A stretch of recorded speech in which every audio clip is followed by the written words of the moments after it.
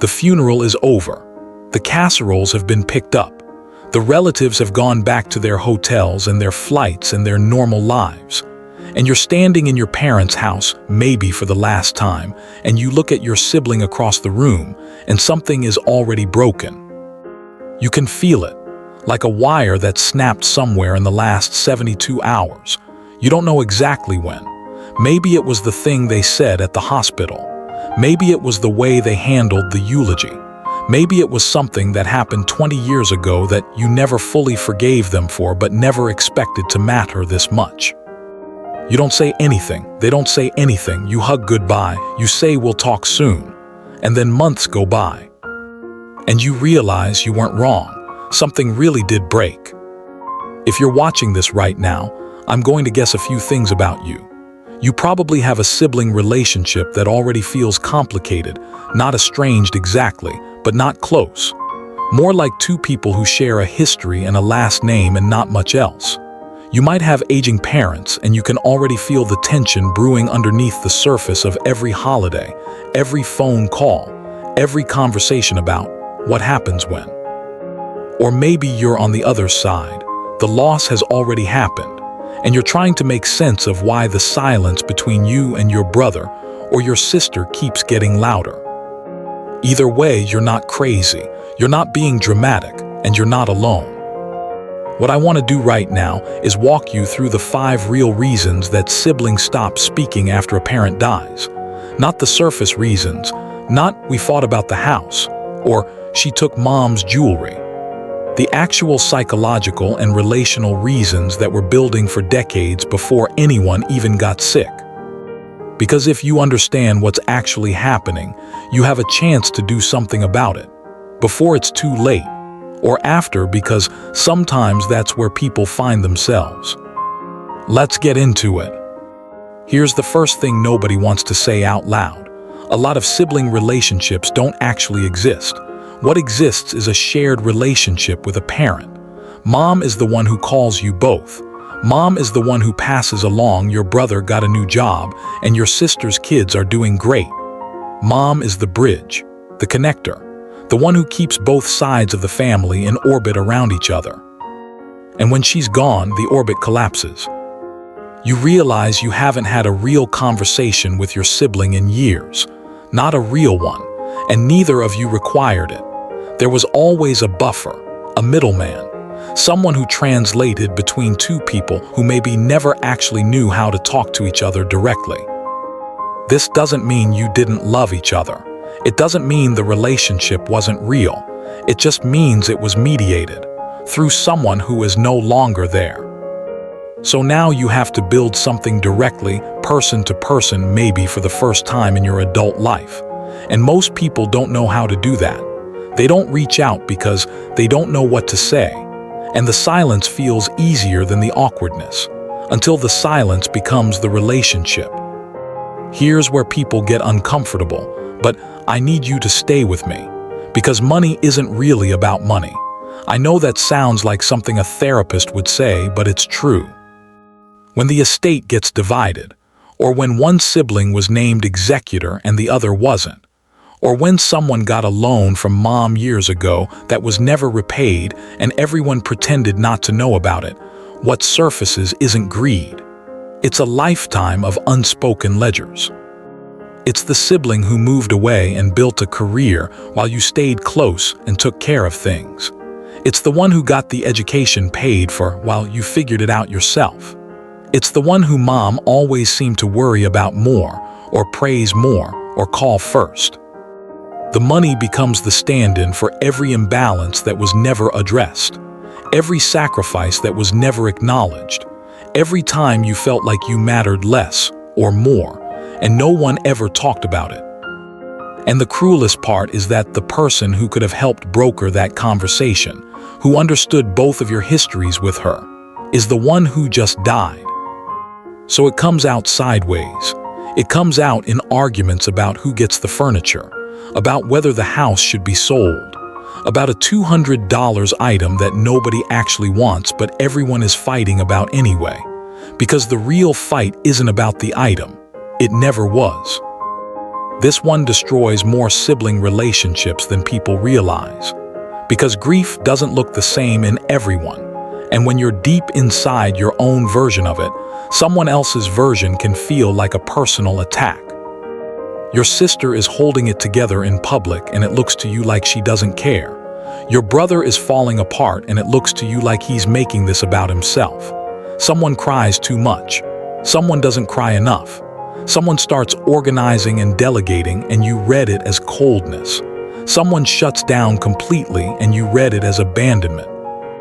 And you're not wrong that these are real differences, but you are wrong about what they mean, because there is no correct way to grieve. There's just your way shaped by your temperament, your coping patterns, your specific relationship with the person who died. And the relationship you had with your parent was not the same as the one your sibling had, even if you grew up in the same house. You lost a mother, they lost a mother, but they weren't the same mother. And when neither of you can see past your own grief long enough to let the other person grieve differently, you both start to feel alone. And alone, in a moment like that, turns into resentment faster than almost anything else. Every family has its mythology, the responsible one, the wild one, the one who got away with everything, the one who had to earn it. These roles get assigned early, sometimes before you could even read, and they follow you into adulthood whether you want them to or not.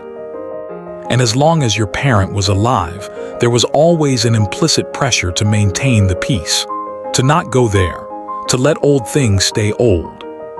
But death removes that pressure, and sometimes it removes it violently. Suddenly the things that were never said start demanding to be said.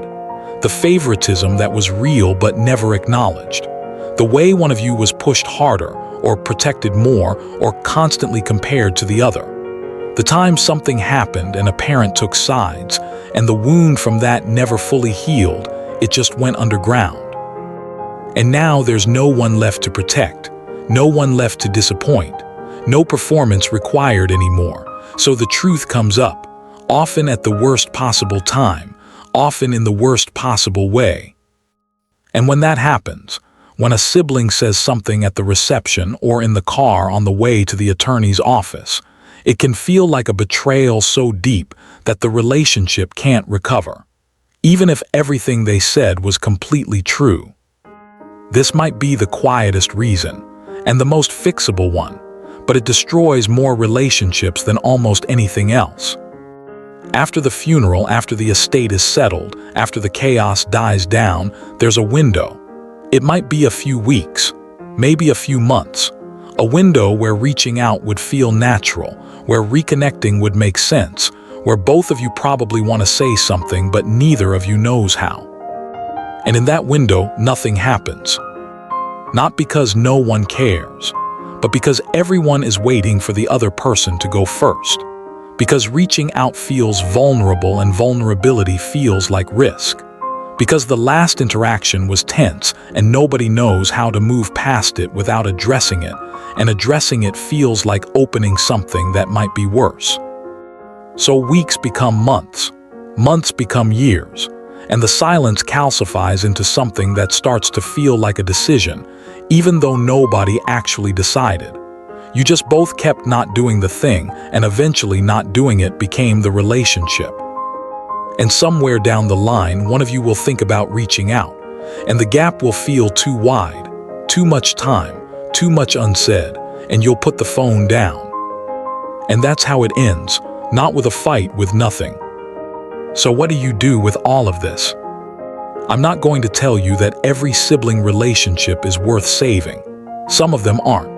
Some people were not kind to you. Some relationships were not healthy. And the death of a parent doesn't automatically mean you owe someone access to your life. But I think most of you watching this aren't in that situation. I think most of you are in the situation where it's not one person's fault, and it's not about anything truly unforgivable, and it's mostly about two people who were both hurt and both scared and both waiting for the other one to make it safe. If that's you, here's what I want you to sit with.